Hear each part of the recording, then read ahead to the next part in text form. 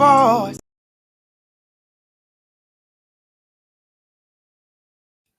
Yes, sir.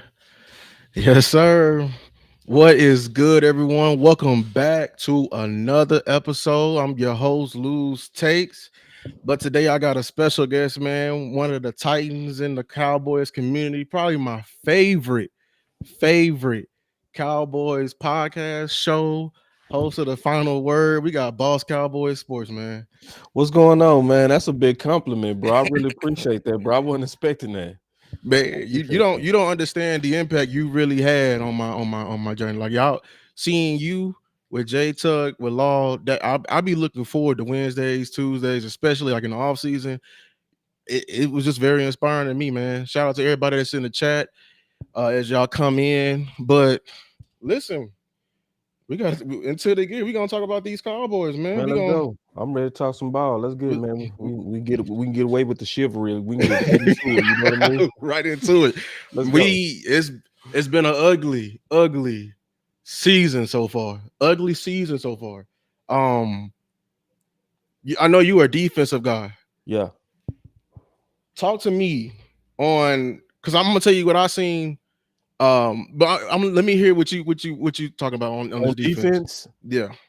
yeah. So this defense is a continuation. So if we start with the Saints, it was, I know I had to dig really into the film because I have trust issues and rightfully so.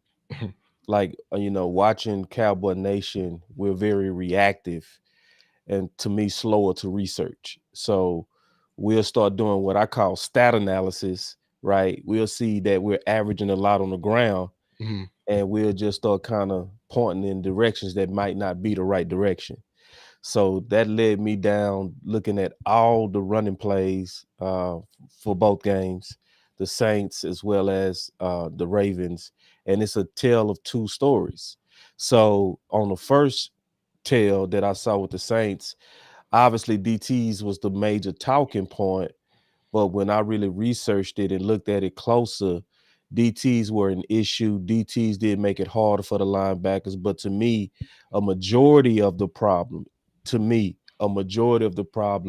was cornerback containment and their inability to take on blocks and get off blocks, as well as keeping their outside shoulder free and turning the running backs up inside. So that was the tale of, to me, the Saints. And then going into the Ravens, I saw it corrected mostly, but not fully. Because then Diggs did have two, because I broke each one of them down, containment issues. One led to a touchdown, one led to a first down. But that tape has some DT problems. Yeah. Yeah. Because they because they lined up and they bullied us. One Yeah. thing, Yeah. one thing my coach preached. Uh-huh. Three things. Well, I'm tripping. Let me have the music. I don't, you know what I'm saying? Some music playing. But three things my coach preached: Okay. alignment, assignment, execution. Right. And I feel like if I had to boil it down, alignment and assignment, I think is the main issue with the Cowboys right now on defense. It's a lot of guys. They just to me, in my opinion, it's too much thinking. How I know that? Because they're not moving as fast. Like they're not as reactive. They're overthinking it. And I hate that these games we're having. The reason why I hate it because we're putting on film like our bad tendencies, and we're gonna see nothing but that, like in games coming up, like with the Giants. The Giants may abort their entire philosophy and try to replicate what the Ravens did to us. Yeah, why not? It makes sense. You have to. And Zim warned about that it's a copycat league, and we know that from playing that people gonna look at tape and figure out what worked well against you, and then they're gonna try to mimic it as much as possible, as long as it reflects, especially their identity. If it has any resemblance of their identity, they're gonna definitely take it and run with it. So yeah, we're gonna see it, like absolutely. Now, my issue, and I'm being all the way honest, going back to the DTs. Yeah. So when I was looking, and I'm gonna post this because I already posted it on my YouTube. I just posted Mozzie, right? Mhm. and Linville, right? Every time they lost to a double, it was a major run. because they getting uprooted and like moving back. Super uprooted. And you like so like that's what I think you put it in the chat one time in your show, and I was like, you was like you were blaming the cornerbacks, and I'm like, boss, Yeah. if I'm blaming outside zones on the DT because I like it's important that you don't get reach that the offensive because I'm an offensive lineman. If my hat get play side, I want to rep. If my Right. hat get play side and I'm getting movement on the outside zone, now I'm creating a wide cutback lane and I'm just limiting the cavalry for even pursuing backside. So that's Yeah. why I was really hard on the D tackles as well because you messing up is not allowing the cavalry can eat to come and even save, even attempt to save the cornerbacks. You know what I'm saying? Yeah. Yeah. Yeah. And that was definitely from the Saints game, from the Ravens game. It was basically when Mozzie, especially Mozzie, when he was turned, man, he was owned. And those are the two big A gap plays that Henry just ripped off. And it was directly off of Mozzie losing, you know. So it's one of those things that I'm posting it because we need a solution. And see, you can't scheme that. You can't. You can't The scheme that. problem is not scheme. That's not scheme. That's No, you not man enough to hold. That's I think it's effort. I mean I I just don't think he got it. that too, but Or because we also got to be fair to him, he was playing through that back issue. So if you still having back issues and playing through it, how good are you gonna be at taking on those doubles when you're not even 100% yourself, right? So it's like we in trouble. Like, and this is where Stephen Jones does a overleaning on his drafted guys. And even when they're banged up, not really ready yet, you still putting all this faith in these guys. And to be honest, if we see another game like that out of Mozzie, it's really break glass. And it's like really break glass because you got Pittsburgh coming and they're going to run the ball. You got Detroit coming. They're going to run the ball. San Fran is coming. They're going to run the ball. The only game that where you might get a balanced approach because of the outside weapons is the game we have tomorrow. And they might run the ball. Like they don't run the ball. Yeah, you know what I'm saying? So but they also got stars on the outside. You know how that is. People sometimes on their they're gonna be selective with it. They're gonna be selective. I think they're gonna be they gonna want to feed their guys. Because that's kind of prime time. They would be dumb not to. You know what I'm saying? Like yeah, that's true. Yeah, very in the past, like was it 4-3-3? Was it been 3 games? I think we only been passed on. I would say not even 40 times, 40 attempts. Not even that. Probably I'm 30, 35.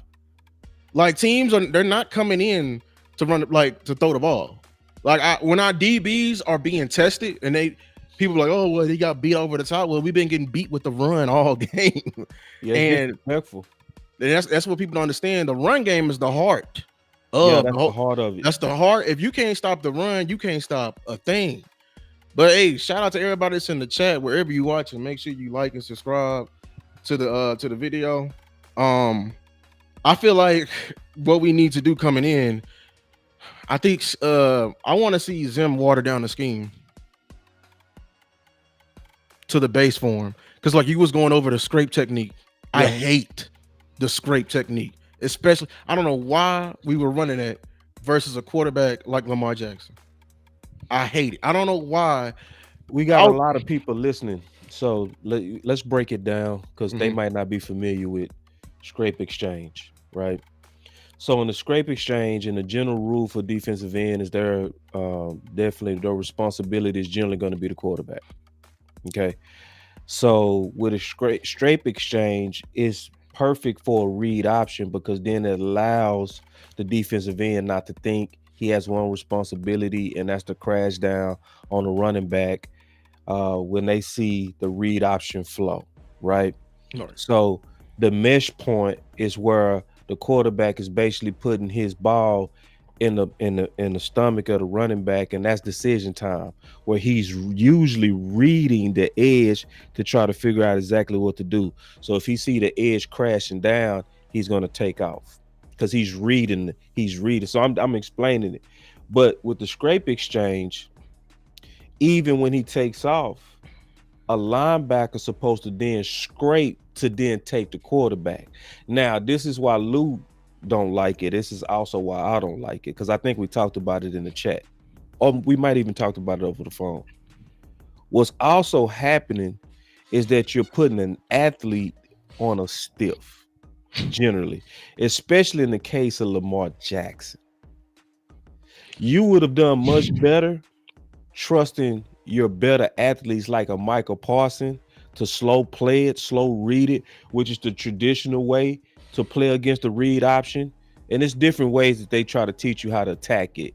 So one way is also to slow play it, that where your responsibility is the quarterback, but you're not just necessarily attacking it because you know he's reading you and you need him to also be indecisive by making him actually read you. So the scrape technique, and for those who was looking at the scrape technique or the scrape exchange, the linebackers, if it was a scrape exchange, they wasn't doing their part. They Mhm. wasn't scraping. So we were seeing the crash down from the defensive ends because they crashed down 100% of the time. It was not one time that they didn't crash, right? Or go inside to the running back, right? Mhm. And when they basically was at that mesh point, decision point, they was taking the running back. So uh so you wasn't seeing the scrape exchange, which goes back to what you were saying. If it was the scrape exchange, because we still don't know, we assuming, we don't know, because it could, we assume, because that's the only thing that could kind of make sense is that they was doing a scrape exchange, or if they were slow playing it. Either way, we saw major assignment issues. Yeah, that and I'm hoping it's not that. The reason, like what you said, I hate the scrape exchange, the scrape Exchange, yeah. exchange because it gives time. Like I don't want the ball in Lamar Jackson's hands. He is an incredible athlete. He's going to beat any linebacker in a foot race. Like I don't want that time right there. I don't know. First of all, whoever invented the scrape exchange, I won't beef with you because I just want my DNs. I don't care if he has to think. Stay home every time and force him to give it because it's a regular zone action. If you're afraid of the regular zone action, I don't know what to tell you. You got bigger issues then. Like Yeah. I'd rather Derrick Henry running into some bodies than. And I'm saying this now because look, Daniel Jones can run it. Daniel Jones Right, got wheels. right. We're Daniel going to Jones see can it. run it. We're We're going to going to see it see it with again. Fields. We're going to see it with Fields. We We're definitely going to gonna see it with Daniels. We might even see it with golf. Golf may do it We might see it with golf. on the red zone. That's a great Facts. change up because like after Detroit's been hitting you with the 1 and 2 with Jameer Gibbs and I'm blanking on the other running back name, but they 1 and 2 with you. Now the one thing you're not paying attention to is what like golf coming out, on the backside. So that goes back into the alignment, assignment, and execution. Yep. Um, And let's stay right here just for 1 second. Just 1 second, if you Go don't ahead, mind. go ahead.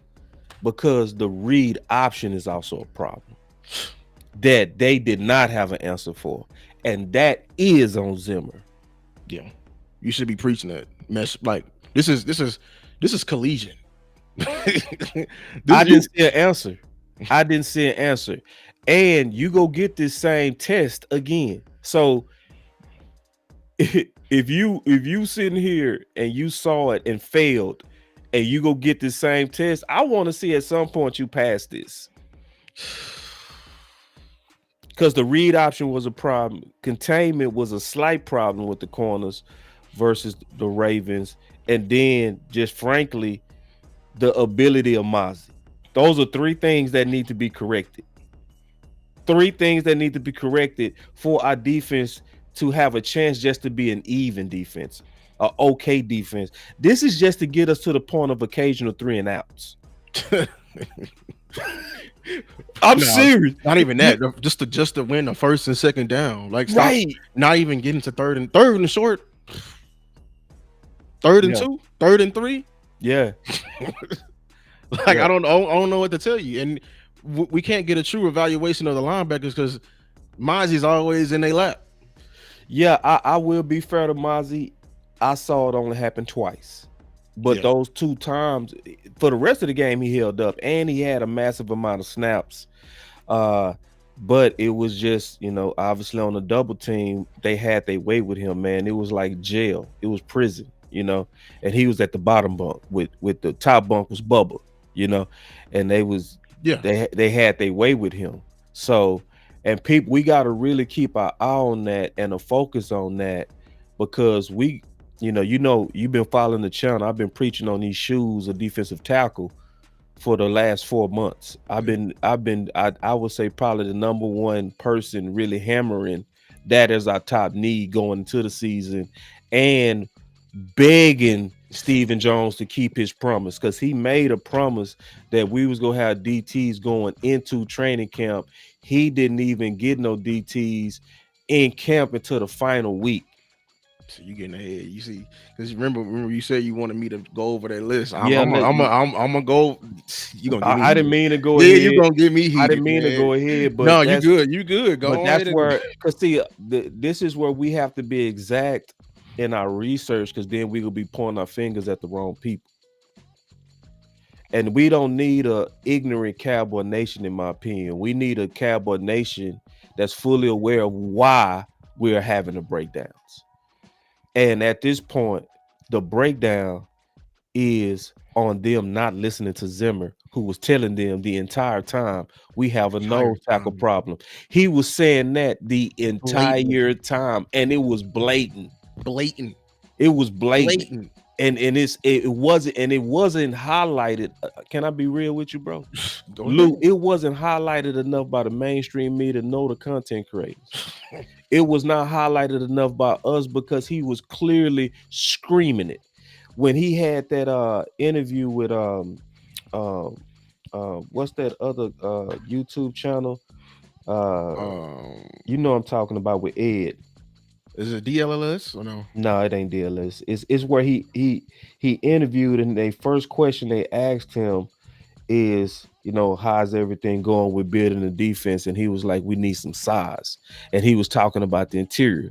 And then Clarence Hill asked him about him. He said, will scheme be enough? He said, I hope so. You remember that? Yeah, You yeah. remember that? Oh, you. I mean, I see. I don't remember the. Oh, I You highlighted played the the hell clip. out You of him played the about clip. 100 times. Yes. Yeah. And So then he finally came out at the end of training camp and was like, we need this. It was the Doomsday Podcast. Thank you, Common Sense. yeah. It was the Doomsday Podcast, and they did a damn good job.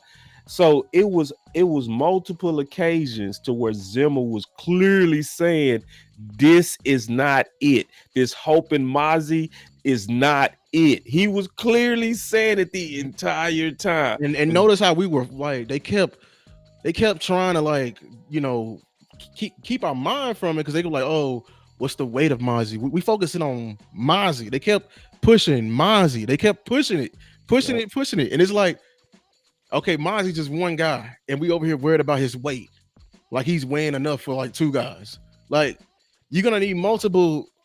Right. I mean, sometimes I question: do they even know ball? Do they even just ignore it? I guess they ignore it. No, they don't know it. They don't know No, it. I think what it is, and I always say this, man, Stephen Jones has built an altar to his idea of building the roster through the draft, what he calls his guys. So he worships the idea. He's in love with it and he refuses to divorce it, nor does he even compromise with it. He don't even fucking share. He don't even share. Like, it's like, okay, bro, it's like you can't solve literally every problem with a draft pick. With a draft pick, I You would not actually, if I most were, of it you can, yeah, but you can't solve the trenches generally with a draft pick instantly. Like, it's just certain things. Like, Law always says something that's super important. Law always say, I don't like light skinned cornbread. See, me and you, we on the right side. We brown skinned brothers. You know what I'm saying? So we on the right side. We the brown skins. You know what I'm saying? So the light skinned cornbread, yeah, you put that back in the oven because it need more time to cook. yeah, put the And knife in it.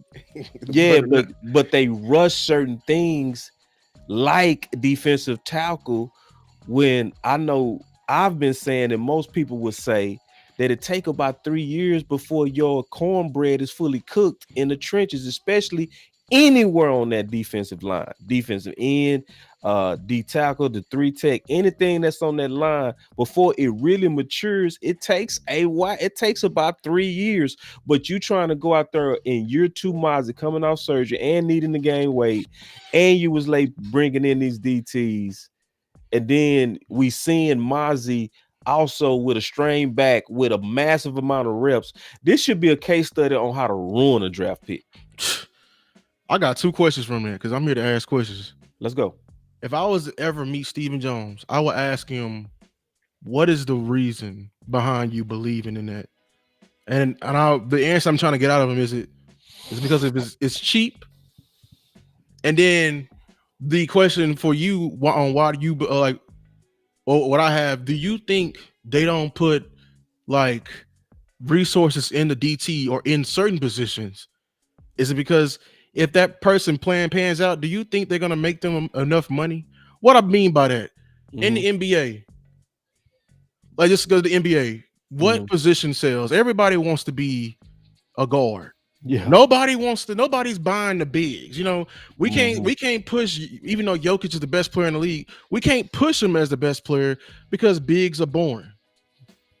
Do you think can that, because like I mean this is what happens when we have owners that blur the lines between roster building with the football team and also business. Yeah. So now I gotta blur my questions. No, man, I'm rocking with you. So your answer is why do they do it? It's when I look at the profile of Stephen Jones, he comes from an engineering background. Like me. Yeah, so engineers are generally very analytical. Yeah. Very analytical. Like so very process oriented, and they can almost be tunnel vision, right? They need everything lined up, like, and I know that because when I was Not you getting on me. no, like I know that because I had to study different personality types when I was in school, learning how to be a professional salesperson. Yeah. One of the things they teach you is how to really discern the personality type so that you could adapt your sale to that person. So when you're dealing with an analytical person, somebody like Stephen Jones, we was taught to talk to them with nothing but facts, a whole bunch of details. Yeah. You never rush them.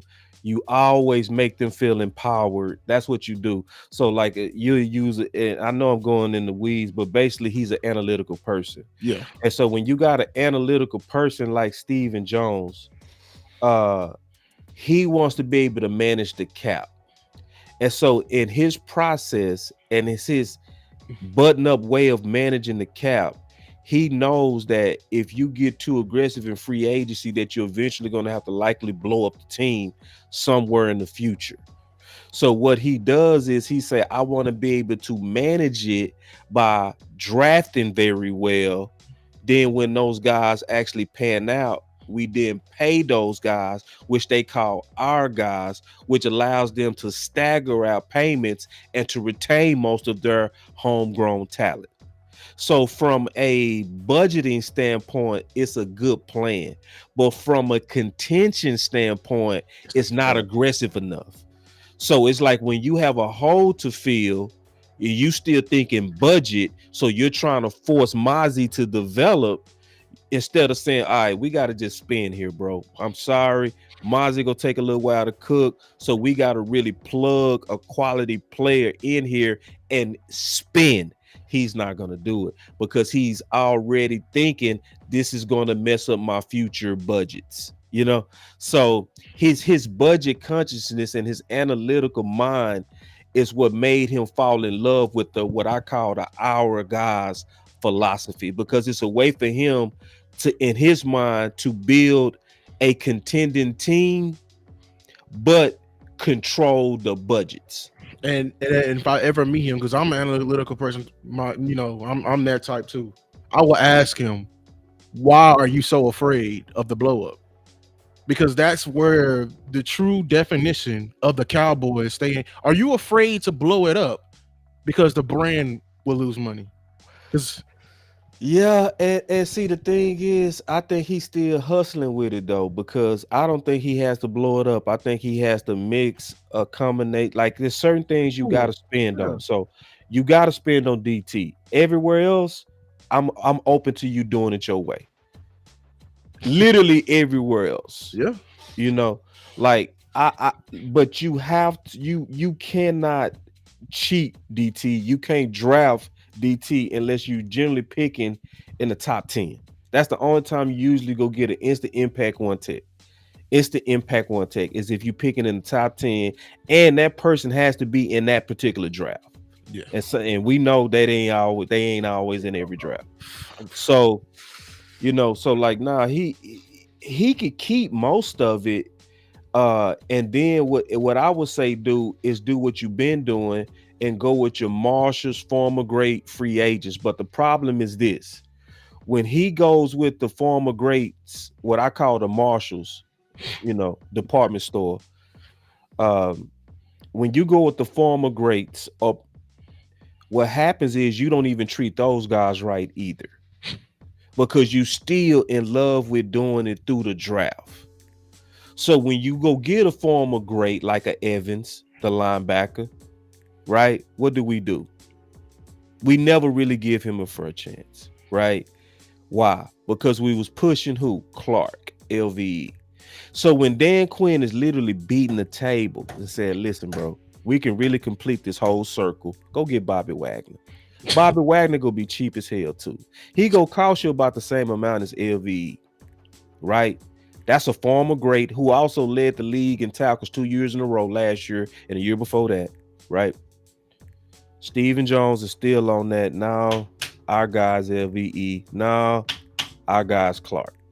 Now See, we going with our guys. it's a So it's a deeper rooted reason. It's deeper rooted than that. Like I he probably like it's some kind of a business person he done studied. Like it yeah, sounds like a company that don't want to pay anybody that's coming from another job, and right. it's somebody who knows they worth, somebody who can resist and see it, rather than going to get somebody gullible that's coming out of like I don't know who out of college. You know, like Yeah. that's what it sounds like. But that and to me that sounds like you want a more of a sense of control. That's what it sounds like. Yeah, Ego it going, definitely I'm ego fighting was for mixed in for control. sure. Yeah, like, but look, For man, sure. shout out to everybody that's in here though. Shout There's out a lot to of people in here. and make sure you like wherever you watching from. This is great content right here, man. Shout out to everybody. Keep liking it. Let me before we go on to the offense. Let's pay some bills real quick. Um, this video is brought to you by Play Like Alive. If you come over to Lose Takes in the description, there's the directions below on how to join, uh, how to download the app. You can join my league. It's a trivia based app. You basically, for example, as the first quarter is being started, like you just ask questions on what's like they ask you questions on what you think is going to happen. If you however many points you get, so many points you get for that game, and the games like weeks by weeks, the points add up to a total. And if you win, you get the jackpot that's in the pot. So yeah, and then also I'm doing a giveaway. Hold on, let me see. Screen share. Oh, window. Listen, I'm doing a live giveaway right now, man. Um, I'm giving away $25 if you go to X, follow them. If you come to my channel first, subscribe, like, comment in the video. I see y'all commenting. Go to X or Twitter, go up under the Lose Takes giveaway thread and comment the logo you see here about down below. Shout out to everybody that's in the chat. But listen, we're gonna go right back to it. So let's talk about this offense. Mm-hmm. This offense is off. I didn't like. I think this week I focus on offense. I didn't even touch the defense. I think I've You finally talking got about it. the Giants offense or our offense? Yeah, I think we covered the Giants. It's not really much. They gonna replicate what they've been seeing. Malik Neighbors, watch out for him. So Robinson we talking Hyatt. about our offense. Okay, let's Yeah, go. yeah, our offense, our struggles. All right, let's go. I'm gonna let you go first. What did you? Because I remember you said you haven't really focused on the offense. Have you really? Have you had a chance or no? Oh, I haven't really dug into, especially like the offensive line. I've been hearing a lot about the offensive line, so I was gonna do a deep dive into that, and I haven't done that yet. That was gonna likely be something that I do this weekend after Mhm. the game. I was gonna look at obviously all the running plays, all the passing plays, have to grade every play with every one of those guys. Is because like I said, I have trust issues. A lot of people say things, and then when I go look at it, it's not what it was advertised. So. So So I I'll want give. to. I think I'm gonna be honest with y'all. We are a lot closer to being a good offense than what is being shown. That's I my believe true. that too, bro. I That's believe my that too. true evaluation. Okay. Here's what I mean by that. Uh-huh. The main thing with this offense is needing, and I promise you, if you the moment, because I saw it at the end of the game, I know everyone talking about it was prevent. It was not prevent. They were in one high man, still Yeah, flipping all yeah. out. They The one was. thing I saw, Talk to me. actually, two things. This offense needs a rhythm, and they need a rhythm early. The rhythm will actually benefit the offensive line. I'm gonna go over what's wrong with the offensive line. It's not as damning if you see it, but Mm, rhythm is the main thing. And then also what rhythm. contributes to rhythm um is McCarthy's play calling. I Uh-oh. put out a video this week. I think and this is gonna tie into the politics as well. McCarthy's on Uh-oh. the heat. Why I say that? One, people say it's not about how you start, but it's how you finish. That is the opposite when you're talking about offense. Mm, It's 100% on how you start. The entire week, they have been watching film on a team, right? And they're actually formulating the plays that's going to attack the tendencies. But their test to turn in on game day, the test detest. is the first 15 plays. And that's how it's been for me, even when I was in high school, college, and I know it's in the NFL. The first 15 play script, the Yeah. scripted plays, is the most important set of plays in this entire game. It shows me everything. It's not even if you successful, it's if you successful in execution. Hmm. Why I say that? The first 15 plays shows me it's going to give you a lot of information. Are they doing what they said on film? Are they playing us the same exact way they showing us on film? Are they doing something different? And how or is this new information? Matter of fact, I believe the most adjustments happen in the first, maybe the first and second quarter, not halftime. Halftime is your last resort adjustments. But most of the adjustments happen in the first quarter because then the coach on the sideline, like, okay, we line up in this trips right bunch. How they, because he can't really see it all. You know what I'm saying? How they doing? Oh, he line up in the three tech, but he's stunting over to the one every time on first and second down. Like that's where we're going at now. Why I bring that up? Shout out to Brian Broaddus and Vosh Lombardi, but there's been reports that McCarthy's not writing the first 15 plays. It's Dak and Schottenheimer that's coming up with the first 15.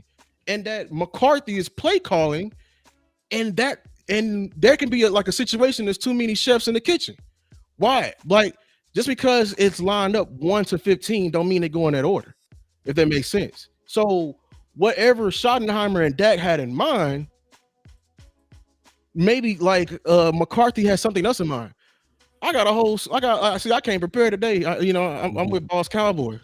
I can't prepare today. So listen, Hmm. you think I'm playing? Look at these. The first play is a flat concept.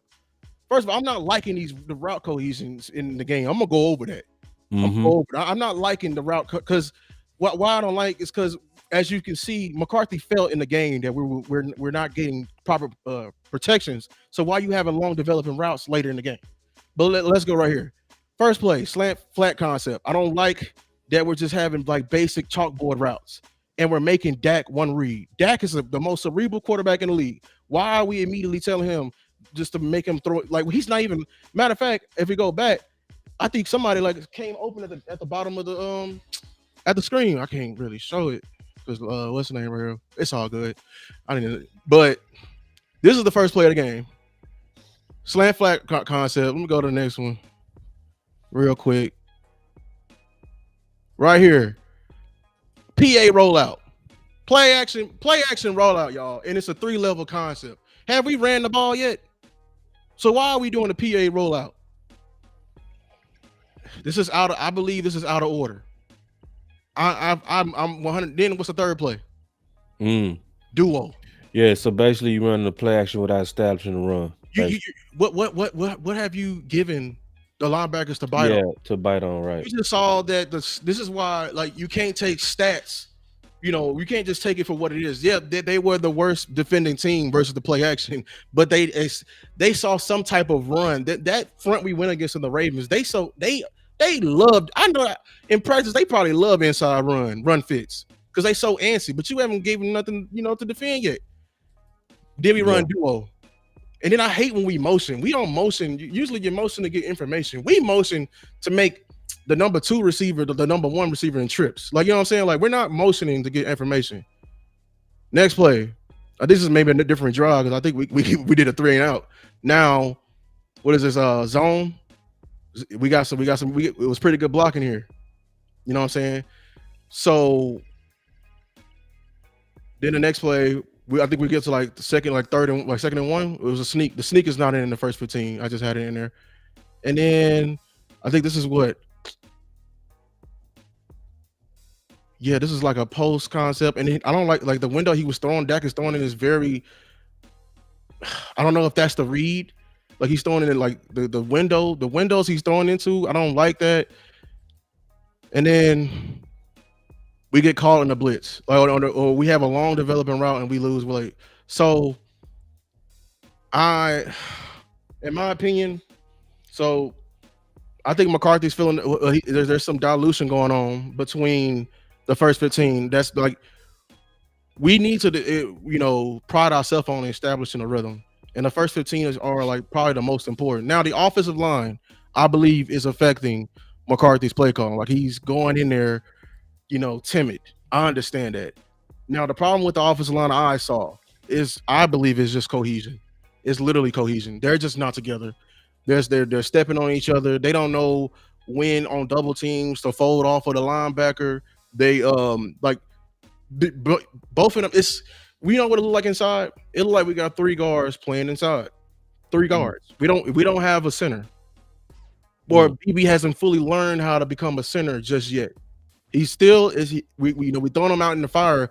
But BB, What you mean by that? You got to explain that. What I explain about it, BB, he blocks like he's a guard. Every time there's a double team, he having his nose in there because as a guard, he's fighting that phone booth. He's just trying to maul up front. But the difference between a center and a guard, you got to be able to maul and be able to be like somewhat cerebral as well. You got to feel when the double team is coming or when the guy you're double teaming, he's trying to fold off into the B gap and there's a looping linebacker. So you just whooping the guy in front of you and getting up to the linebacker. That's the difference between a 3 to 5 yard gain and a 7 to 8. Then we're getting toe up in the games. And they putting our rookies in most of that action. Let me show. Yeah, they test. So they basically, from what you're saying, is they're testing the mental of the rookies and their ability to have a cohesion. That's what you basically saying. Look at this play right here. This is like, hold on. This play right here is nothing. But I just want you to show. You see 23? Yeah. 23 is in the opposite A gap. And they finna run a game. This one right here, they are finna put they're going after our rookies. Right. Look at this. Look at 23. Look what he do. Immediately just run into the hip of Guyton. Now that's not even a full game, but he's just letting them know like that's a statement like, hey, it's gonna be a long game, rookie. We know that you can't handle the games. And then y'all know this play. This one right here. This is on BB. This is the guard like tendencies. BB is in a half man. Can you rewind that real quick? I'm trying to see that. Can you rewind it? What, the other one? Or Yeah, go to the beginning of that play. I'm trying to see it from the beginning. with the guy. Yeah, I want to focus on BB real quick because that's what you was talking about. Okay, Yeah, this is 3 guards right here. Like, okay, I see it. Boy, say 3 guards. This is the guard like tendency. So we in a half slide, right? We in a gap. We in gap protection. We in a deep. When we in gap protection, that means Dak is in a deep drop, like a 3 to 5 step drop. So we got to give him time, and we're doing that so we can handle the games. Like, so if the right side is the zone side. So we got a lot of people listening. Can you explain the games? The games is like so games are like TE stunts. So tackle if the tackle's being the penetrator and the end is looping, or a line or what is it Yeah, TLB they'll game? probably understand it like where the defense is looping, They're basically looping. keeping They're sim. Yeah, looping. they looping basically. They not going straight and man on man. They basically it's a diversion. You can say it like that. So right now the defense is in like this is a 5-man front. Mm-hmm. 5-man front. So pretty much we're still in a half-man slide, but typically what all I don't know what their call is, but Hmm. they can say we can go bare front, man on man, or which I know they stayed in the half-man slide, which means it's BB, Zach, and Terrence Steele, right? They're all responsible for their gap on the right of them. So Terrence is responsible for the C gap, Zach is responsible for the B gap, and Cooper is responsible for the A. Anything that comes over in those gaps, you pass it off, and we're supposed to if we're in a zone, if we know our rules, we shouldn't get fooled by a zone Right. because it's simple. Whoever, Yeah. I mean, defense is simple. Everybody got a gap, and if two people in the gap, that means it's a broken play. Right. Now the other side, Tyler Guyton and Tyler Smith, they're in man on man. Like they have to. This is hard when there's a game on this side. You have to make sure, you are man up with this guy right here. But hey, if this is a game right here, Tyler Smith has to do like a good job of snapping over, like getting a good punch, snapping him over so hard into Tyler Guyton's face, like, oh, this guy is trying to loop out. Now we switch responsibilities. But why I'm mad at BB, they're in a zone. Right. Yeah, it's an easier read. It's the easier read. Yeah, it's easier read, easier On the responsibility. man side, you have to. It's so Yeah, much, it's a you much can be on it's a different much planes. different feel. Like the feel, and like you said, the exaggeration of actually showing the game, even exaggerated, passing it from Tyler to Tyler Guyton, Tyler Smith to Tyler Guyton, is just harder from a man concept, Yeah. bear concept. So if all BB needs to do, this is why I say he's had guard like tendencies. Now I'm gonna say BB 3 guards. That's three why guards. it BB makes sense needs though. BB needs to get like if he immediately gets back, he can see the game happen. Like get like Hud, set back. But look, BB gets immediately caught on. Look where he at. Look where he started on the hash, y'all, and he's immediately not feeling that the D tackle is trying to get away and get into the B gap, and there's a looper coming, and he doesn't feel that. That's guard. He doesn't. You got to feel that as a center. You're the extension of the quarterback on the offensive line. You got to be cerebral. So what happens? The looper gets to that. He's late. The looper gets to that. And if you watch the entire game, they're attacking our rookies, especially on these games. Like there's going to be a game towards Tyler. There's going to be a game towards BB. They're really putting BB in them games because BB, it's a learning curve from guard to center. Like it's not just snapping. It's the feel, and the feel snapping. element of it too. Yeah, so like I think with BB, and I think OC would agree, BB should have got more depth immediately on the snap. Like we don't set back too much, but just give me Hut and Herb and get back like one and a half kick, right? And then you can see if he got, because the defensive tackle got to eventually fold over. Like the games is about timing. So I think he would have saw it out. So that's what I wanted to point out in the offensive line. And yeah, that's a good one. I like that, man. You got any more? You got any more, man? You can't just show one, man. Like now, if you go cook like that, let's get into some more cooking, man. Let's get into Lou's cooking, man. Let's get. I didn't look. Hold on. Yeah, you gotta show more than that, man. You can't tease like that, bro. You can't show me one clip, bro. You gotta show me more, bro. Show me more. I want to see the 3-guard concept even more. Listen, I ain't got look. I wish I would. I should have clipped it all together in one because I ain't got. So you got these in the one-on-one clips. You got these one clips. No, but listen now. Whatever you got, let's go through it though, because we call this raw. We going raw on this film. Yeah, like so right here. Let's go. Like, okay, I think at this point we're making a comeback because I can tell it because Dak got more time. Dak got more time, and we're fully in the rhythm. Like that's why I say it's important it's important to establish our rhythm for our offensive line because it can give you more time. Because if we don't, now the defensive line in the fourth quarter They're not tired. They're not gassed. We need to get them gas. And how we need to do that? Well, one, we need to do more in establishing a run game. And two, we just need to have more success. Get more success early in the game. So right here, this is on your tackles. They both look at them. They both open. Rewind it. Oh, right here. They both open the gate. Already their shoulders are Rewind it for me. You yeah. rewind it for me. I gotta see it. I ain't see it. I was listening to you. They I'm looking at Tyler Guy now. okay. Now you see how you square, right? Square Yeah. to the Cowboy. Now watch how he open the gate. Boom, he already lost. He lost. Now I he thought was that able was to a buy pretty decent time. rep. It's I a thought pretty that was decent rep, but yeah. but you Let me see look at Aaron Steele now. Steele does the same thing. I know. I think this thing in a way. This little bar. See, I'm look. putting that pressure on you, bro. Yeah, I know. Hey, that's how we do. Look, see, you open the gate up. Right, he's already flat. Now, all I forget who is this? Is this Matabuke? I can't really listen. When we get bigger, I'm gonna definitely fix this. But he's already flat. All the defensive end got to do now is press him and press the pocket. You're not supposed to already open the gate like that. Now, they do a good job of washing him All past. right, so you like the OC, man. See, y'all like to use those technical terms, and I'm very Oh, used to opening the gate because I used to also play special teams, and I was the wing, right? opening the gate So, is so I know about opening the gate, and that's would explain that to the people that's listening. you're supposed to keep your shoulders square to the line of scrimmage as long as you possibly can. If you turn your hips, that's called opening the gate. Turn your hips. It's called opening the gate because if you're staying square, the route for the defensive lineman, you're making Got to it. go through you, You got to go through you. But when you right? open the gate, it's just like you walking through a gate. Like you now, Yeah, it's free, it's you know, open. the Yeah, cartoon when the dude's so skinny, you turn sideways, you can't see him.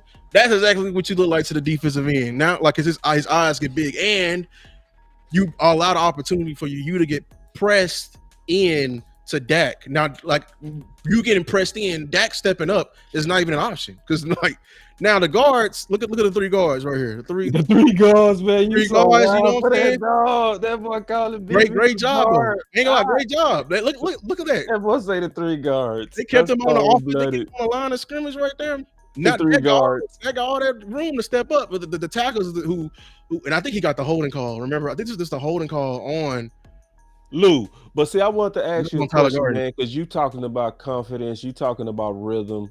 How do we get in a rhythm with mistakes? So you want my solution to the offense? Yeah, let's talk solutions to the offense because I think this is without me really doing a deep dive and an analytical dive into it. This is just basically my recall of the game.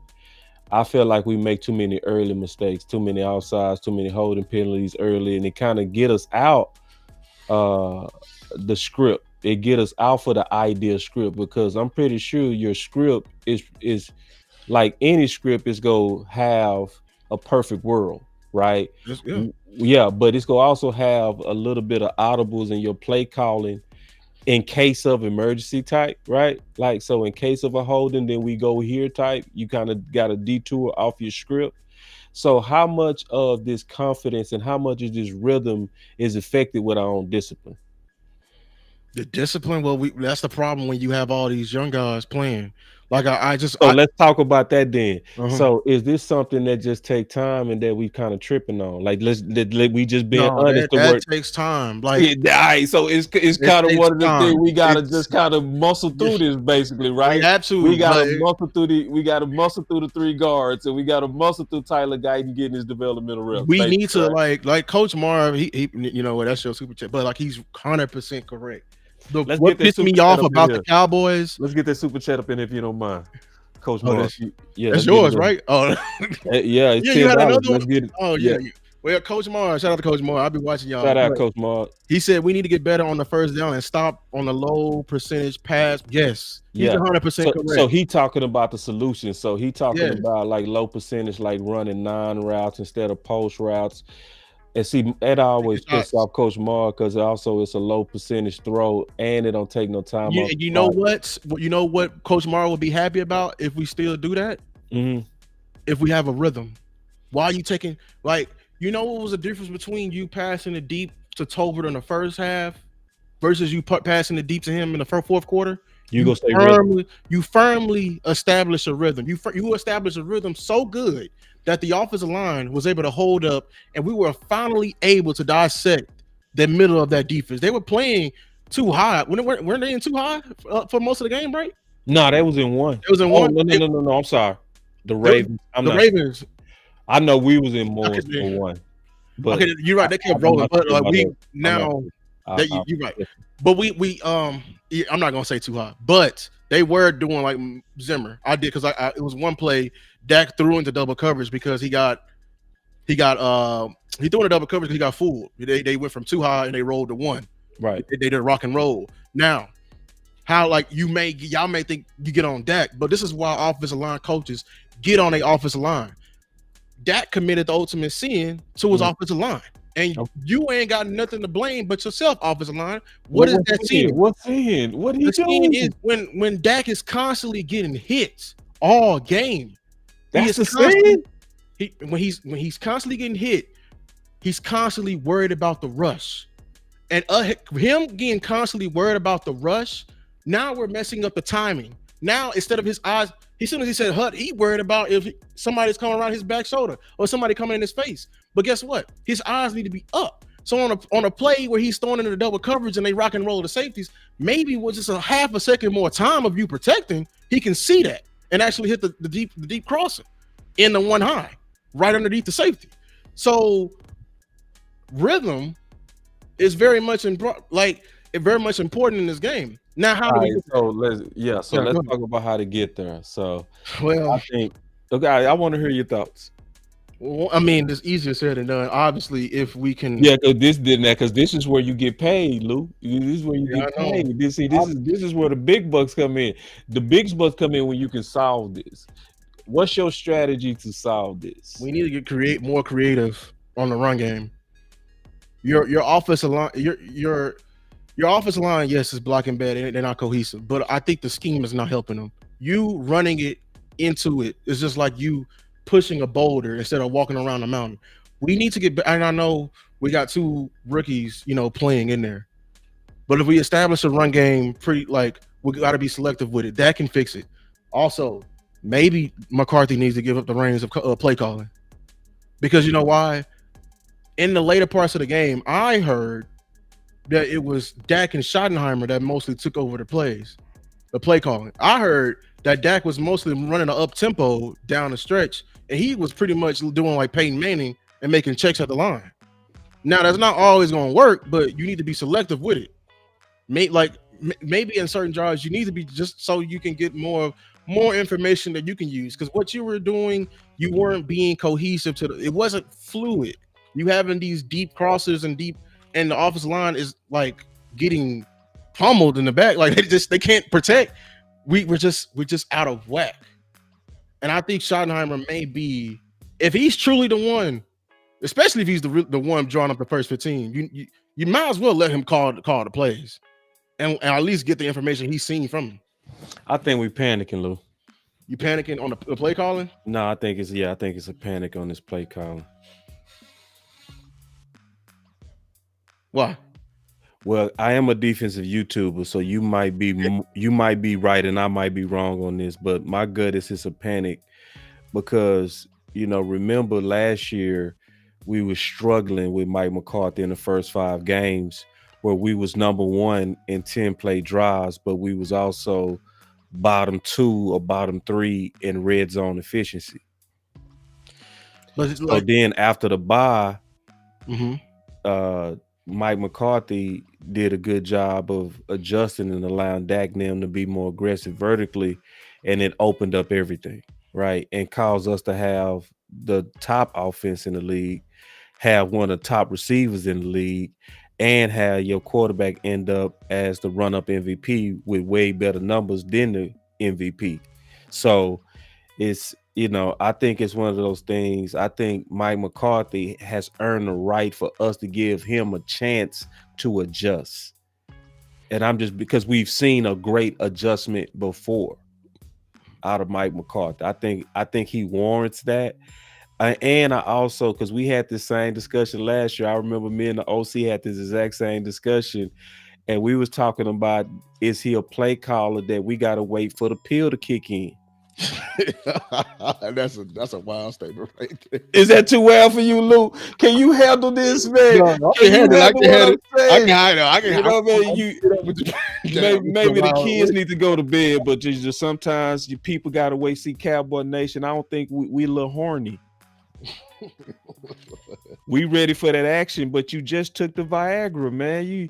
Why don't you just sit down for a little while, drink you some wine, and let that pill kick in? We like Mike McCarthy is an older man. You know what I mean? It's like it might come to him a little bit slower. That's what we mean by he need to get in a rhythm too. Like I think the rhythm is also him. Like because he just now picking up the play calling, and once he really got going in that play calling, there wasn't no complaints. We It had was a no complaints last year when he really we had got a going. the thing about that. Uh-huh. That excuse holds up last year because you just took over. What's the excuse this year? Only one I'll give you. We got two fresh offensive linemen. Yeah. Like they got milk under their nose. Like I understand that completely. Yeah. But you like there's no creativity in his offense. Stops and curl routes are not the making Dak one read. If he's truly, I think he's make some of them players. Especially in the first 15, one read. And see, listen, I'm gonna tell you why I do understand the one read, because I do understand the West Coast. So the West Coast offense is so tied to your feet that the ball got to be out by the time you on your drop. So if you make a 3-step drop, we also know that there's gonna likely be a short route, like a slant, or it's gonna be something like a stop or something like that. So it's gonna have the indication of one read, but that was also the design of the play and design of the offense. Well, I get that, but can we dress it up? Can we dress it up? Can we dress it up, man? Put some sugar on it. How you gonna put sugar on a 3-step? There's no way to make a 3-step sexy. This is not the 1990s anymore. You cannot be. Man, a 3-step is a 3-step, bro. Like if your drop is a 3-step, that ball got to get out. Not dress up the 3-step. Can we dress it up with like, I don't know, motion? I don't know, like shifts, something. You going up, lining up, and it's like you run into a brick wall. And then, first of all, like the super chat you just got, you need to change your philosophy. You have two offensive linemen. You talking about shoes on the defense. What do you think is the damn shoes of the offense? We're seeing it. I said it. Well, the shoes of the offense. The shoes of the offense. The whole damn fit is right here. But Lou, this is the thing though. We both agreed that cornbread go take a little while to cook. I know we hungry. No, but offensive line development and defensive line is different. Like the defensive line is mainly on like the physical makeup, and the off season and the sleep and the weights. I had a shout out to Coach Nevis, wherever he goes today. He told me because he did some like he went to a coaching seminar for the Giants when I was coaching, like when I was in the college, and he told me what's the key to football? Football is 90% mental, 10% physical, especially on the offensive line. All it's about is beating your man to the spot. That's all it is. How you get there is freak athletes everywhere, right? How you get there? If you study the film long enough, you can learn about your opponent. If you rep it out long enough. The reason why he told me that story because I don't know what year it was. I was in 2017, so maybe it was the Giants O line like in 2014. There was a guy on the offensive line. He was center, 6'1", probably wasn't even 300 pounds. 3 guards. 300 pounds. He wasn't even 300 pounds, but he was a starting center in the league. And how he did that is because he studied and he was there from like the crack of dawn and like to the end, to the dawn of the night. Right. And all he had to do was beat the 330-pound tackles to the spot. So what I'm saying is offensive line is mostly about technique, cohesion, steps. I know it's cohesion because every other play I'm seeing either is it Tyler Smith on the ground, is it Zach Martin on the ground, is it Cooper Beebe? We tripping over each other's feet. We don't know when to pass off a simple double team of a duo. It's cohesion. It's cohesion. I feel like I do want to bring up something to you as somebody who played offensive line. I do have a theory in a book that I go by. It's called the Book of Boss. Okay. And I call it the Book of Boss because this is something that I've coined. If anybody say anything similar to this, they stole it from my book. I'm just telling you. Because I've seen people try to remix this, what I've said. But I want to talk to you about it. When you seeing, and this is the book, this is how the book goes. If you see an individual breakdown, you hold that individual accountable. But if you seeing a whole group breakdown, you got to look at the coach. To me, Yeah. That's the book. That's the book. So I haven't deep dive, but I'm already starting to look at the evidence that you're showing me, right? And it's concerning. Yeah. I'm seeing a regression in Steele. We seeing a regression in Zach Martin. We seeing 3 guards. I love that, man. You know, I'm gonna start quoting that. That's dope. 3 guards, and that's talking about obviously Cooper, right? We definitely not seeing the physicality that we used to with Tyler Smith, are we? No. Are we seeing he good enough to get you a quality pancake a game? Like he should get you a highlight a game. He that monster is strong. And then Tyler Guyton is starting to look like he's slipping. So we got 5 issues. How is Solari not on the hot seat? Oh, he's definitely on the hot seat. He's definitely on the I hot don't think he on the hot seat because I don't think nobody talking about it, Lou. Well, I need you to do what you did for the DT, because if it ain't nothing else, and when you have it, when you in OC, if you ain't got a view, you got a view out of me. I will be right here with they at in the comment section preaching it, because it's steps. They're not. It's the landing. I wish I should have. You know what? I should have had it.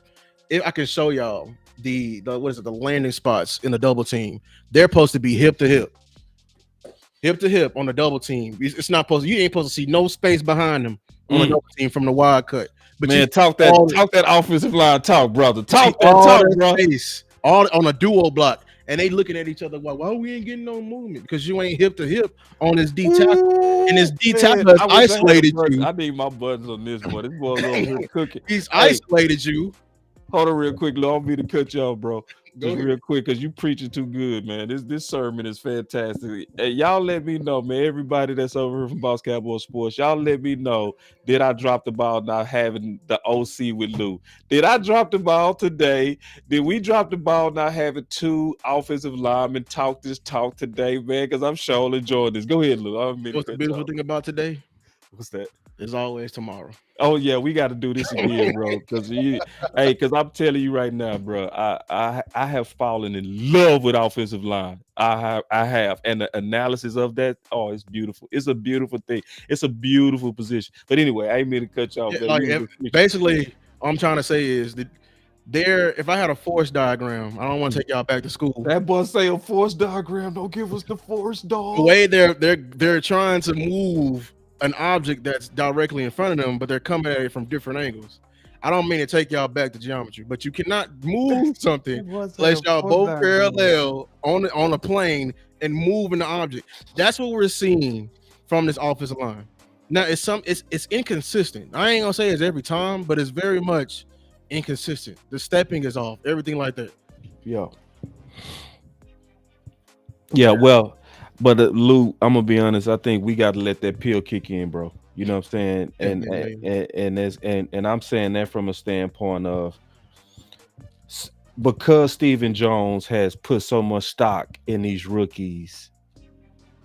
We all know that these rookies go start off bumpy. Yeah, that's another thing. You ready to get in that? Because I know we've been going for long, but yeah, I ain't rushing, bro. Yeah, I mean, remember when I called you? Mm-hmm. I said there's a sickness going on. Mm-hmm. It's spreading from Oregon to Oregon. Well, sickness. I can't wait. And I told you, like, you know, whenever you go in, sickness, dog. I'm gonna go over the symptom, and you know the sickness. I want to hear this. I mean, like, where you from, bro? Where you from? I'm born and raised Triple D, Dallas, Texas. I could tell, man. I could sure tell, bro. You a Dallas boy. Yes, sir. When you go in for the flu, when you go in for the COVID, they like when you tell the doctor, give me some medicine. But what's the first thing the doctor asks you? What's the symptoms? That's because that's what we got to take access first. Like we got to take away that. So like I said over the phone, toughness, roster construction, Okay, we going through the list now. the list, the Let's list, go. Hold on. Okay, yeah. Okay, I'm okay. Let's go. roster construction. We Hold on. I'm gonna write these down because this is a whole show. politics. Hold on, roster. No, you go send me the list. Yeah. Yeah, go ahead. Hostile work environment for the coaches. I made a whole video Whoo. on Mike McCarthy as he folding under pressure. Now, most people will say pressure like makes diamonds or make burst pipes. I think McCarthy is just deteriorating. Like he's just tired. Like he's just tired of fighting. But stars being distracted from the true goal, which is like during fighting for their money, neglecting outside help via free agency, effort, focus, lack of cohesion is just not on the offensive line. That's on the defense as well. Self-sabotaging, i.e., like not paying your number one wide receiver until 2 weeks before the season, and now getting mad that they don't have a chemistry. That's self-sabotaging. Front running, I said you that's your whole that you the expert on that. Comfortability in the hiring process. So I'm getting too ahead of myself, but I do not. Even if we fire McCarthy, y'all, And see, I'm mad at you because you actually. I'm going ahead. I know I'm going ahead. No, not even going ahead, bro. Every one of these, we can literally stop and just talk for an hour. I'm just going through. Each one of these, I could make a thumbnail on these, bro, and go. Comfortability in the hiring process. I have a theory. Because even if we fire McCarthy, y'all, that's not gonna get rid of the problem. Hell no. Thank you, Lou. Man, I need my buttons. I need my buttons for this dude. Why I say that? I started to notice, see, like you analytical, Steven. I also got a degree. I'm working on my PhD. I don't want me to flaunt. Oh, you working on your PhD? I'm working on my so I can be analytical with you. I see, and I'm an average chess champion. I can see your move. So let's keep it a beam. Let's keep it a beam. I see what you're trying to do. What you like to go for is the coaches that's already like out they halfway in the free agency retirement, so they ain't got the energy to fight you. I dare you to see like everybody talking about. Let's go get Bill Belichick. Bill Belichick halfway in their home in Florida. Yeah, he halfway neutered. He halfway out. He don't have nobody. They don't have to fight with the Joneses. I dare them to go get a Slovy. I dare them to go get a Ben Johnson. I dare them because you know why?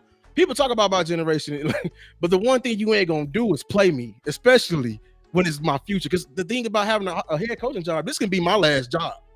And if you're giving me a sabotage job, I'm gonna play your game with you. You like the media so much? Oh, when we go out there, we don't have a running back problem. As soon as I get to the podium, well, I can't do my job unless we fix the running backs. So, and then greed and frugality, like we being too frugal. So, like a Kubiak. I have, I got theories. I think it's this. They obviously the surface level they want puppets. I think they just want they love stripes.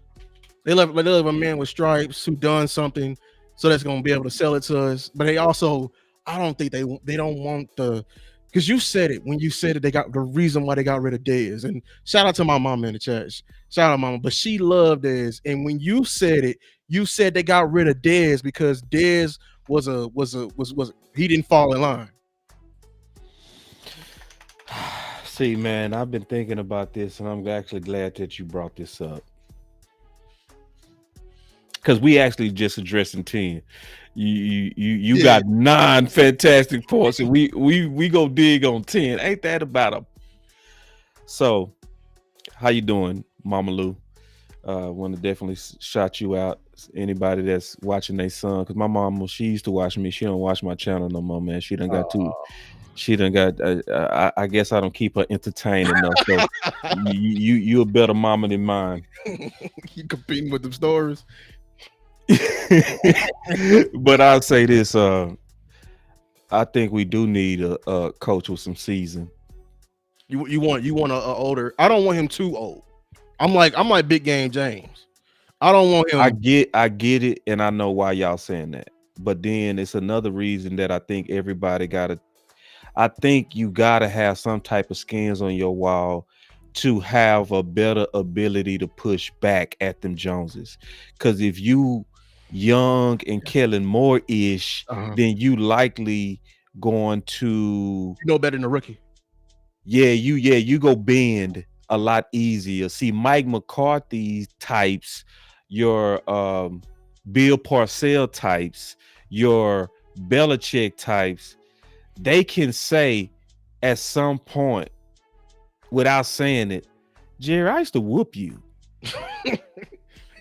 What about so like is Brian Flores the age limit? Is the because he already had a job? It's not even the age, it's the But I'm just political like skills. I'm just saying like the Yeah, season limit, the yeah. season limit. Nah, I think it's the skins on the wall. I think you gotta Oh, to that's handle this organization, you gotta have a name coming into this organization. Now I know Coach Marv don't like Mike McCarthy, and that's fine. I'm always go stand by my co-host and partner, Coach Marv. I'm gonna stand by him, even in areas I don't agree fully. But this is where we can at least agree. I guarantee you this. Mike McCarthy at least had the skins enough to say, Jerry, I used to spank you.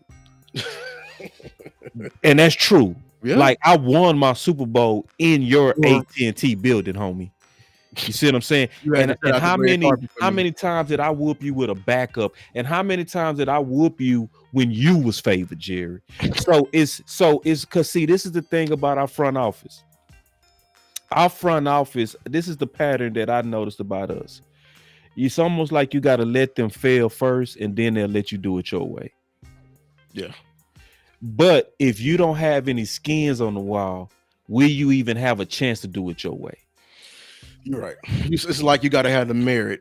You gotta have the merit. You got to have the title. That's why I'm not falling for the Shanahan tree coaches and all of that, because you can have the Shanahan tree, but if you don't have the ability to have the off season and a training camp that installs the mentality of the Shanahan tree, do you even have it? Is there more than one way you would say to earn skin? So like, if you said they got the bastards and homegrown mentality, Yeah. so would they view a guy that's been in their organization for like years more than a guy or in the same level as a guy as Bill Belichick? I say yes, but then it's still scary because then that to me will make you even more prone to influence. Where if they taking credit for your development, then they go have no problems giving input on the next steps of your future. So to me, if you not a, and I'm gonna just name some names out here. If you not a Sean Payton, I'm not saying Sean Payton out. No, you I'm right. just saying that type of cachet. If you're not a Sean Payton, if you're not a Bill Belichick, if you're not somebody that done won that thing, you don't need to apply. No need to apply here because you walking into an abusive relationship, or you walking into pimping.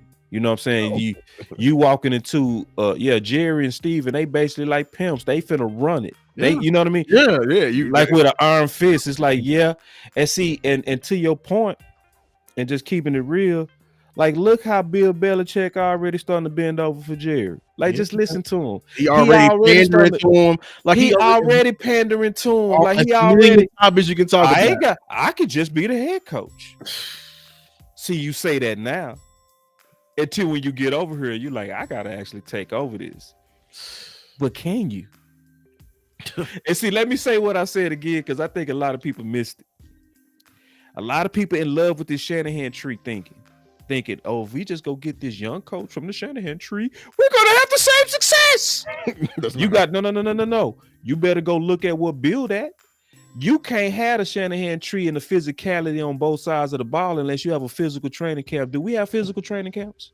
Yeah, why you Do, in my you do in my I was gonna put out the short. so Man. I was gonna put how you gonna have a out. hard-nosed physical team with Metal sharpens metal, iron sharpens iron. so how Brass you gonna don't implement? So I know we want the young coach, but if you can get the young coach without the cachet, you go get somebody that's This gonna be the saddest way to say it. You know what you go get? What What? you getting right now with Zimmer. I said it. Yes, I said it, and I did say that. Because we all know if we looking at what we looking at, this is not the Zimmer that was advertised to us. This is a Zimmer that I warned about. Because I remember people jumped in my DMs, boss, just let it play out. Well, it's playing out now, damn it, ain't it? Ain't Yeah. it playing out? And Playing. now that we playing out, are you seeing the Zimmer that was advertised? No. Are we seeing the guy that's supposed to come in here with a fire on the sideline? Are you seeing that? No. I wonder why it's not there. I wonder why that Zimmer is gone. What happened to that Zimmer? See, when you don't have because Zimmer also don't have no ring, so he also don't have no pushback. And see, I was seeing that even when he was coming in the door, and I was listening to his initial interviews, and he was up here saying, "Sometimes do you get what you want? No." And I was like, "Oh damn." Um, He already coming in here with that he lay talking down. semantics. Yep. That yeah, I'm here to submit to Jerry and Steven way. See, when you come in like that and you dealing with pimps, they finna put you on the track. I know your mama listening, man. No, she is all the way understand. She's still here. This a little bit grown, like Mama, this you is still here? Say something in this the chat. this PG-13. This ain't quite rated R. I ain't went all the way in there yet, but I'm just really bringing home the point. Man, you boys better be very careful what they asking for. You know what I mean? We need something. We need somebody that, yeah, like I need Bill Belichick to be able to sit in a room and say, "No, Zim ain't got no ring as no head coach. Not as a head coach. Yeah, Not as a head coach." So yeah, she look. we okay. Whoo. I want to make sure, because I might see you in church one day. I need to make sure, you know what I'm saying, that I still get your blessing. You know what I mean? I need to make sure I still get your blessing. I say, Mama, listen, I gotta kind of turn this a little bit PG, you know what I mean? But anyway, it's just one of the things. Nah, you gotta have some major skills on the wall. If you like, I'm gonna say this and I'm done with it because I already said it. If you ain't got no ring, don't apply. As a head coach, if you ain't got no ring as a head coach, don't apply. Because you got to be able to say to Jerry, "I did this without you.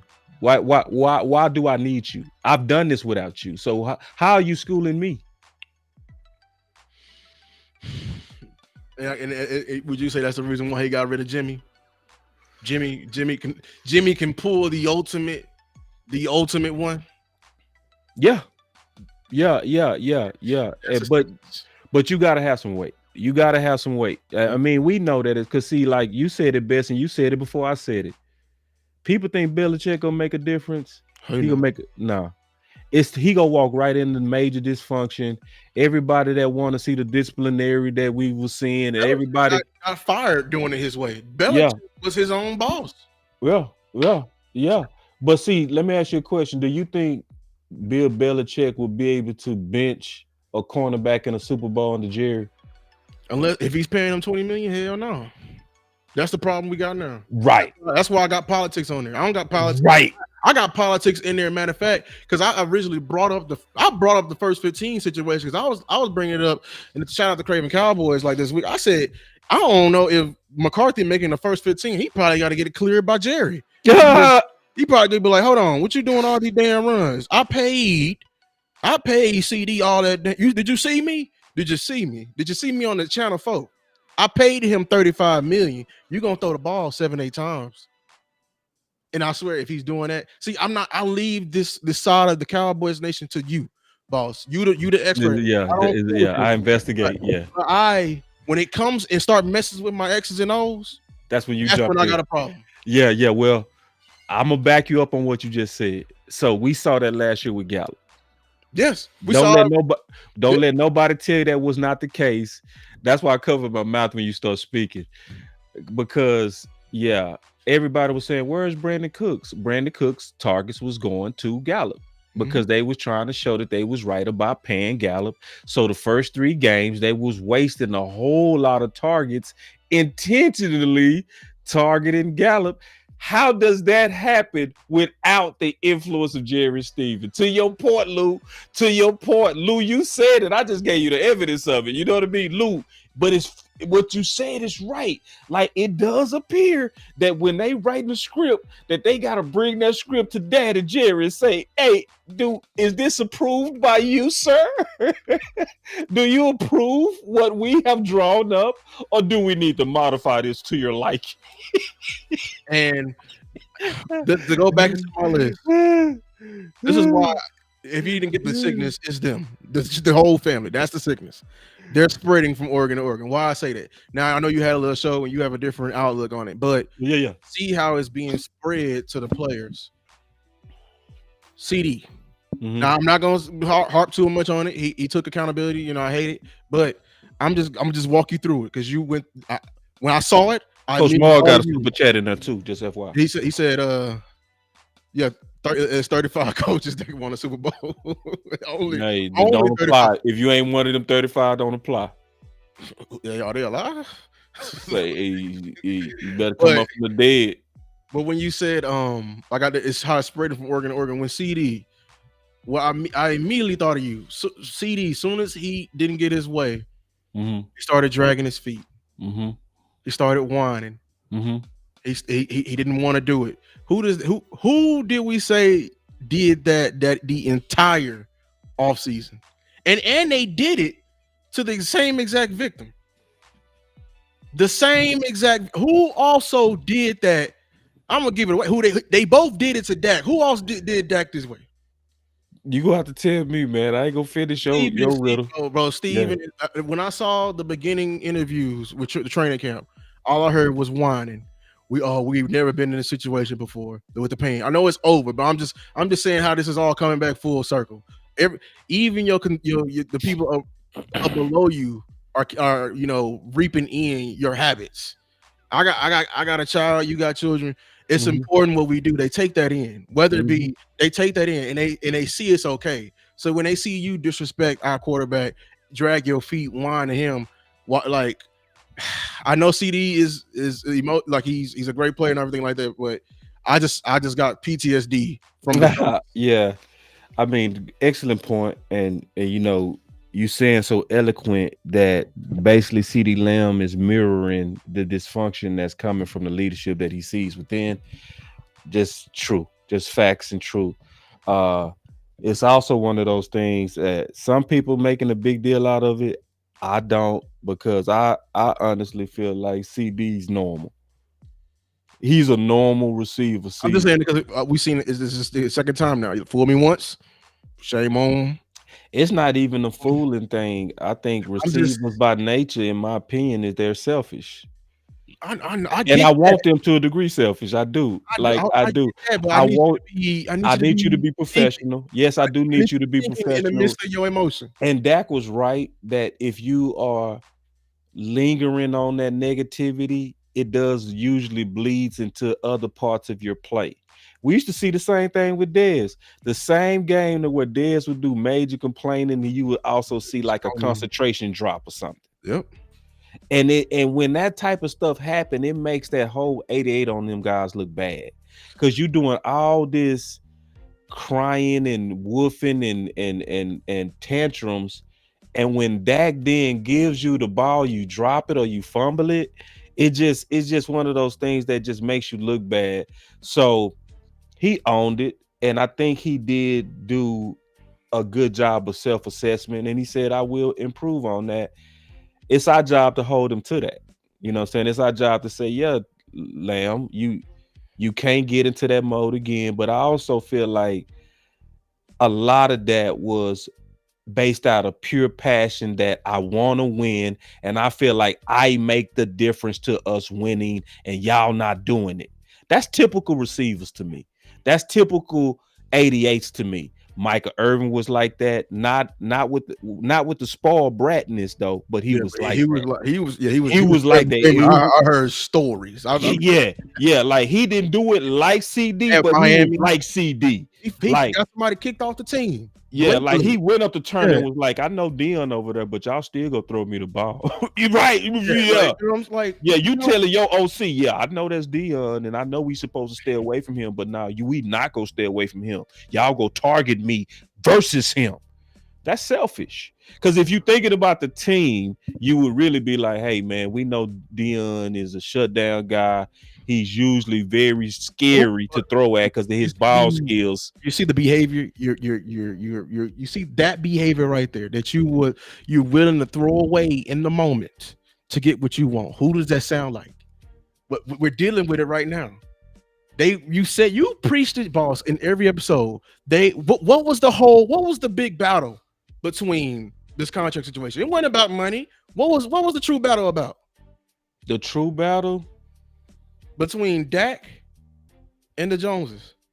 I think it wasn't. I think it was all about money the whole time. To be honest, I think this is a publicity stunt. I think that. Well, I mean I that. think I it. mean, like I don't think it was a battle at all. I think it was WWF scripted. you scripted, like they already had it. They Maybe, knew the end before the beginning. Like they but knew the end. That's why Jerry said he remember. You remember James Slater, the famous back and forth with yeah, James Slater and Jerry, when he said your problem is. You remember that? You remember that yeah, interview yeah, time? yeah. One of the key parts he said in that press conference was, "If anybody want to know what's holding it up, it's me." Yeah. He basically said, "I'm the reason we not talking to Dak. I'm the reason we not talking to Okay, CD." let me frame it differently. Okay, What was the main reason why you bashed your quarterback like that then in the media? I think it's all publicity, man. I think it's all publicity. It's like it's no different than Zeke who. It's like what we're gonna do, and that's why I call us the Kardashians. We use a Kardashian model. Yeah, we are Yeah, very. we use a Kardashian model to where we're gonna put all our dirty laundry on camera and we're gonna sell out the decency of what's supposed to be behind closed doors. Mhm. We're gonna put that in the public so we can make money. That's Yeah, the Kardashians. That's what they do.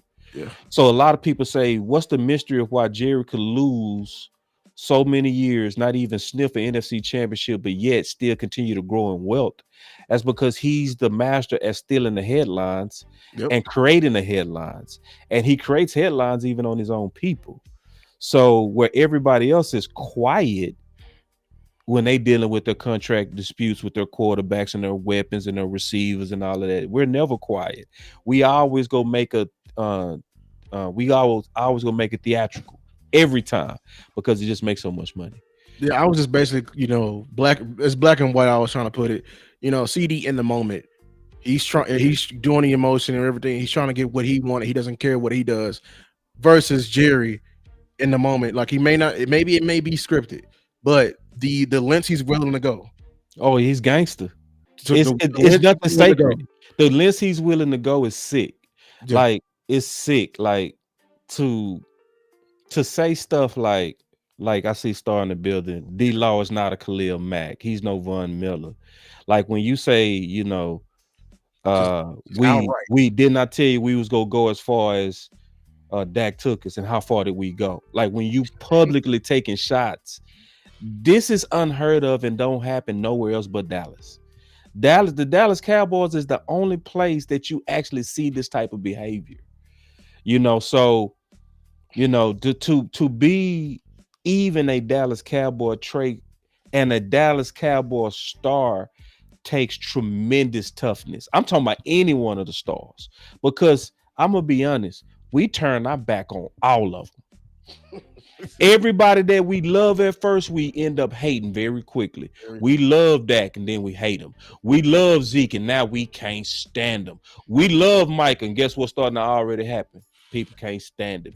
Like, ain't nobody go turn hot or cold faster than the Dallas Cowboy fans on their Water. We are stars. the definition of water. Yeah. We go turn on you. It's guaranteed, and we turn on you every time you get paid. Every time you get your bag. So yeah, people like CD. Oh, people ain't gonna like CD this whole year. This whole year they ain't gonna like CD. Yeah. And that's why I ain't really tripping on that. I saw the outbreak. I saw it different. I saw it as immature, but I saw it like 20% immature, 80% passion and wanting to win. You know what I mean? And feeling like I'm the answer to this. If y'all get me the ball, I can make it happen. I actually want I want my receiver acting, thinking like that, not acting like that. I want him thinking like that. I don't want him acting like that. You see, and then I'm just going down a tangent, but we gonna wrap it up. But you mentioning all that CD getting mad, and then the outcome of what McCarthy just lashing out on somebody, and people were saying maybe it was because Jerry got on him. Jerry's probably harping in that meeting, not even to win. Oh, you talking about when he got on Nick? Yeah, he got on it. I'm talking about because like obviously McCarthy came into that meeting already like yeah, Tense. chance. So I'm just Yeah. saying in that meeting, the behind the scenes meeting with him and Jerry was probably not even about like how we looked on the field. It's probably about not getting CD the ball. Like that's all I'm saying. Because Yeah, I mean, yeah, I'm just I'm playing semantics because no, no, no, no. I feel that it's we, we it we got just. our mind in the wrong places. I Like all mean, I feel sorry for Mike McCarthy. I honestly do. and I think that's why I think when people say pressure makes diamonds or bursts pipes, you need to add a third one in there. The pipe can just also just deteriorate because that I think what we're seeing with Micah. I mean, I said excuse me, McCarthy. McCarthy is just you can see he's tired of being tired of being tired, and he's just He does have that demeanor that he wants out of here. I start seeing it in the off season. Especially if you go watch the first days of the draft after we drafted, it didn't look like we drafted well. If you was reading Mike McCarthy body language, his whole attitude was almost like I can't stand these dudes. As he was sitting next to him, because they're getting guys obviously that needs development that's going to be here longer than me, and they're gonna expect me. He already, the feeling at work when they give you the job, and the job gonna take 16 different things. You got to look on their face like, I think he feel disrespected. yeah, He came in here and he already a dirt cheap coach. They paying him only 5 million. So you overperforming that contract with 3 years of 12 wins, right? So you overperforming your contract outright. You gave a majority of my head coaching and forced the OC under me. yes, for a whole year. So a whole year just wasted. More than one. He gave him like Like, two or three. that hostile work environment, and then you hire Hostile. some, and then you hire somebody that you thought about replacing me with, and and I gotta hear that every time for 17 games. Every Yeah. time. And I still won 12 games with an OC. Now, now the debate is currently is Mike McCarthy just as pass happy as Kellen Moore? We would all agree that that's true. But we would also agree that if I'm going to go out, I want to go out under my West Coast versus your digit system and aggressive option routes. Yeah. And when he said I'd never been a fan of this system, that was clear he never should have even had Kellen Moore under him because he was basically saying, I am being forced to work with a guy's system that I don't even believe in. Now, I'm pass happy like this guy. I'm just not pass happy in the system that he's in. You know what I mean? I don't want a system to where my receivers and my quarterback got to read defenses. Both of them thinking. Why you gotta Right. have somebody thinking while they running, while they just have the quarterback. Exactly. So, and then so you sitting up here and you thinking to yourself, that ain't good enough for y'all. It's almost just like how they treat Dak. Runner up MVP. What wasn't good enough for y'all? No Y'all defense. literally had to take this down to the day of us playing to announce this. Like, I wasn't proud enough to get this done first so that we can have the cash to go after some real people in free agency. Now y'all wanted to draw this out. That wasn't enough. So it's I feel sorry for Mike McCarthy, man, because I feel like Mike McCarthy, I mean, a lot of people might disagree with him in terms of his play calling, but on how he navigates the politics of the Dallas Cowboys, I think he's a pro. He handled it well.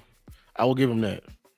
And it's man, but this was an amazing conversation. We veered so far, but this is the final question I got for you. Just go. And we veered so far from the game, but what is the definition of a quality success from this game tomorrow? Just to win. Just a win. You got a low bar. Super low. Just win.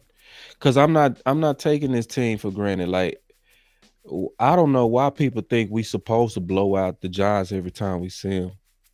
Yeah, Like, boys better take a closer look at these Giants. These Giants is not them old Giants. yeah, These Giants got a lot more talent. And see, this is what I. So this is the thing. The Giants 2 years ago made the playoffs, man. yeah. So, but all of a sudden, this ain't supposed to be a game for us on a short week. On the short week. Woo. Nah, hell nah. Like, nah, this is a game that we can lose. We could lose this game. The Giants are competitive. Yes, they are. Our division is competitive, and it's even more competitive. Our division, low key, has always been competitive. Yeah, it's We are the only division crazy. that hasn't had a back-to-back division champ since 2004. That is the epitome of competitive. So, no, tomorrow is definitely not a game to sleep on. I don't care if it's an ugly win, just win. My bar is win the game. It can. Listen. Now, what do I want to see? If Yeah, I'm answering your question, I'm talking about the little what things. do I want to see? I want to see the things that we can control. So I want to see, like, starting with the defense, I want to see 100% of containment from our corners. I want to see assignment soundness from our linebackers to our edges. I want to see an answer for the read option, and I want to see it work. I want to see it go from talking about a bunch of individual hero ball to actually team ball. I want to see it demonstrated. That's what I want to see on defense. I want to see if Mozzie played the way that he played versus the Rams because of his back, or what was it a one-off because you was playing through pain, or is this who you are? Because if this is who you are, we need somebody else. I'm being all the way honest. We can't go into the rest of the season with a Mozzie that's an automatic, Scratch. yeah, off of every double, it's over. We can't have that. We got to have somebody that can take on a double. We have to have that in order for Zimmer to. Now, I also want to see, and I'm on defense, just on defense. On defense, I want to really see us really bring all the discipline things together. That's what I want to see. Now, on offense, I want to see the rhythm, like you said, but I want to see the rhythm because we started clean. Regardless if you leading with the pass and you running off the pass or you passing off the run, I'm not gonna fight about which method is best on that. What I want to see is clean. I don't want to see the offsides. I don't want to see the dumb holding. Smart holding, I'm cool with it. Dumb holding, I don't want to see it. You know, in terms of Mike McCarthy and his schemes and stuff like that, I haven't broken that down to really say if it's great or bad or not. To be Yeah. honest, I really do feel like we panicking on that, but I do want to also see us start fast. That's what I want to see. I'm tired of, and Dak been having slow starts even before Mike McCarthy. He was having slow starts with Kelly Moore. He was having slow starts with Linehan. He was having slow starts with pretty much everybody. If anybody know Dak, everybody know Dak don't generally have the best first quarters. Dak usually get going by quarter two. He usually burning high by quarter three. He usually, if it's close, he's on fire by quarter four. If you know anything about your quarterback, everybody know that's how he play. You know, so uh I do also going back to defense. I'm sorry because you Yeah, you asked a good. You wide good. open You question. good. You good. Another thing that I want to see, Zimmer, don't you zone up.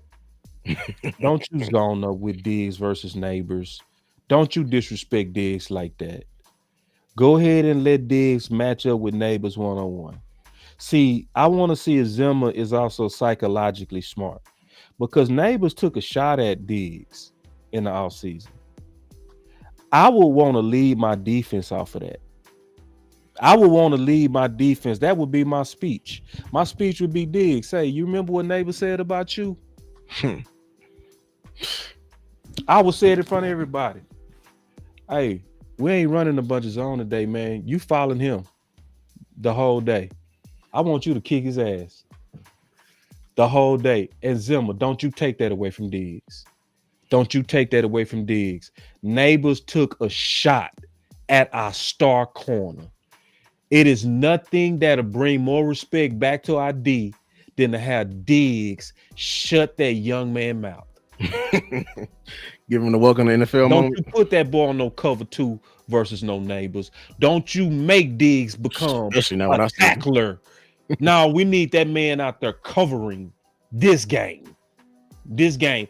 Put all that run stopping on that front seven. You let Diggs Bill start his game. This is now game 4. I trust his knee at this point. You know what I mean? Yeah, his knee is warmed up.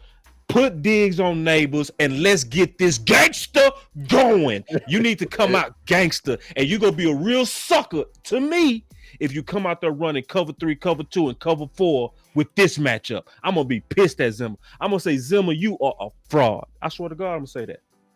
And you got every right to. Listen, I didn't took the whole show to talk the X's and O's. So what I want to see from my Cowboys, I want to see a team that value being out there.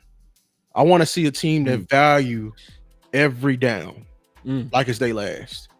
Because mm, for some people, it's some if you play wrong, it's gonna be your last. I'm mm, just keeping it 100. I want to see mm. Mozzie. I'm talking to Mozzie. I want to see you go in and refuse to let another man take your wheel. For real. Can I look in your face and see a hungry dog? Mm-hmm. Can you tap into what you can't tap into? I want to see effort.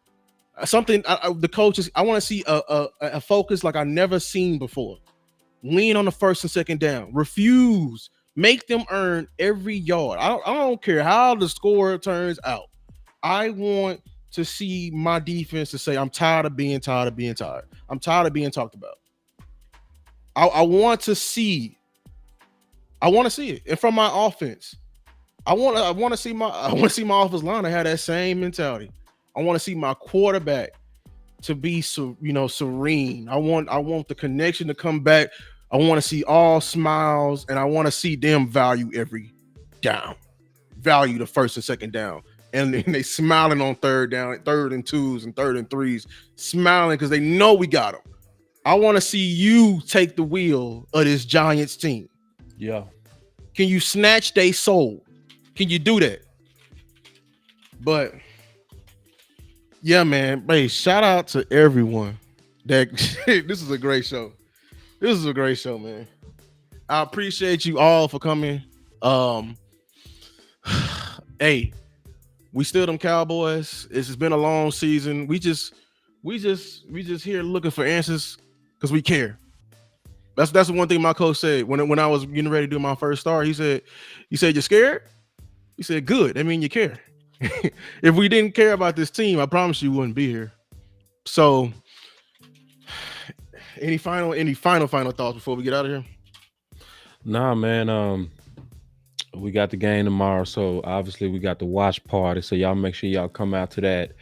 We gonna be with Coach Marv and Amp. Then we got the post game tomorrow.